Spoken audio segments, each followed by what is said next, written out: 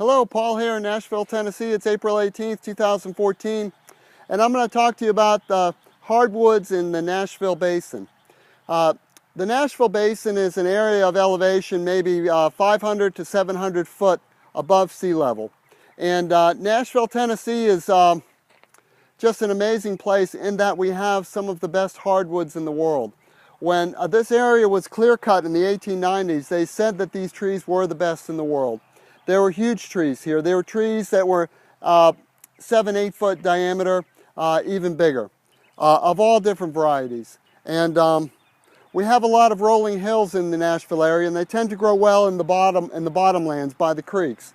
Behind me we have a cedar tree and a hackberry tree that have sort of fused together, so we're using this as a backdrop. The cedar is actually in the juniper family.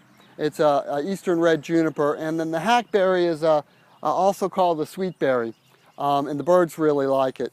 And basically what's happening in Nashville, as far as the ecology is concerned, is we're far enough north to have cold seasons where the seeds can stratify, they can freeze, and then the nuts can grow because they have to be frozen before the seeds can sprout, the nut seeds.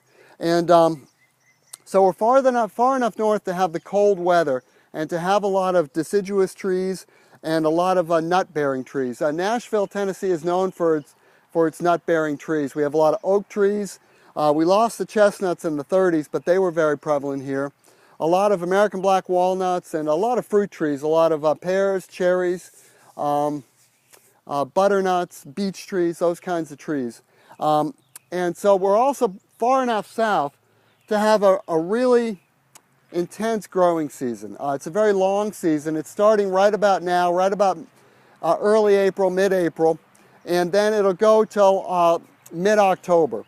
So you've got a very long growing season, and so the growth rings on some of the logs that we get in the sawmill are 3/4 of an inch big. They're absolutely huge, and the trees are just growing like crazy. You can see the health of the trees when they're cut and they're brought into the sawmill. These are trees that are taken out of people's yards or fall on houses, etc. We're not deforesting or anything like that. And so we're far enough south to have this incredible growing season, far enough north to have all the deciduous trees and all of the stratification of the nuts and so forth. And we have a lot of squirrels here. And the squirrels play a very important role. The squirrels bury the seeds, they hide the seeds, and they're just little propagators with long fuzzy tails.